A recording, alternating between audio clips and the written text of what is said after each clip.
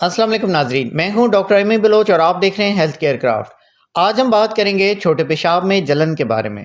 یہ تکلیف اتنی عام ہے کہ اکثر لوگ اس کا سامنا کبھی نہ کبھی ضرور کرتے ہیں۔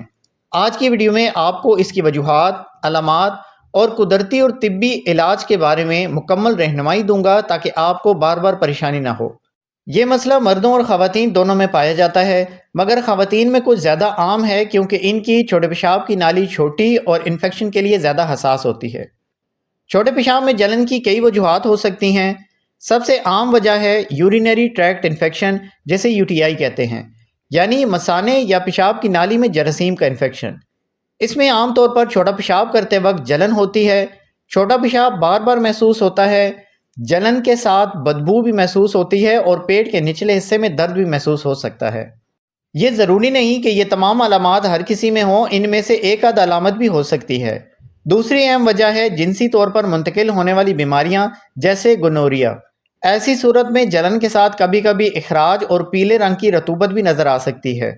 مردوں میں ایک اور عام وجہ ہوتی ہے پروسٹیٹ گلینڈ کی سوزش۔ یہ بھی پیشاب کے دوران تکلیف اور جلن پیدا کرتی ہے۔ کبھی کبھی گردے یا مثانے میں پتھریاں بھی یہی علامات پیدا کرتی ہیں۔ پتھری چھوٹے پیشاب میں رکاوٹ کا باعث بھی بنتی ہے، جس سے چھوٹا پیشاب رک رک کر آتا ہے اور جلن بھی محسوس ہو سکتی ہے۔ شدت زیادہ ہو تو چھوٹے پیشاب میں خون کا آنا عام سی بات ہے۔ کچھ لوگوں میں خوشبو والے صابن بھی نالی کی حساسیت کا باعث بنتے ہیں، جس سے جلن شروع ہو جاتی ہے۔ بعض اوقات الرجی یا کوئی کیمیکل بھی چھوٹے پیشاب میں جلن کا باعث بن سکتا ہے۔ اگر جلن کے ساتھ بخار ہو، کمر یا پہلو میں شدید درد ہو، چھوٹے پیشاب میں خون نظر آئے یا علامات 2 دن سے زیادہ رہیں تو فوراً اپنے ڈاکٹر سے رجوع کریں۔ ایسی علامات کو نظر انداز کرنا خطرناک ثابت ہو سکتا ہے، خاص طور پر اگر آپ حاملہ ہیں یا ذیابیطس کے مریض ہیں۔ مرض کی تشخیص کے لیے مریض سے عام طور پر مکمل ہسٹری لی جاتی ہے، جسمانی معائنہ بھی کیا جاتا ہے اور چھوٹے پیشاب کے ٹیسٹ کروائے جاتے ہیں جیسے یورین آری یا یورین کلچر ٹیسٹ۔ کبھی کبھار الٹرا ساؤنڈ یا خون کے ٹیسٹ بھی کروائے جاتے ہیں تاکہ پتھری یا کسی دوسری بیماری کا پتہ چلایا جا سکے۔ اگر شک ہو کہ یہ کسی جنسی بیماری کی وجہ سے آئے تو مخصوص ٹیسٹ بھی کیے جاتے ہیں۔ علاج کے بارے میں اگر بات کریں تو علاج ہمیشہ وجہ کے مطابق ہوتا ہے۔ اگر مسئلہ بیکٹیریل انفیکشن کی وجہ ہو تو اینٹی بائیوٹک تجویز کی جاتی ہیں اور کورس مکمل کرنا بہت ضروری ہوتا ہے۔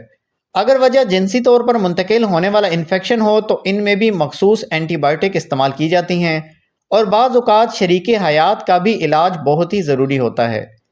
ایک بات اہم ہے کہ اس میں کورس کرنا بہت ہی ضروری ہوتا ہے۔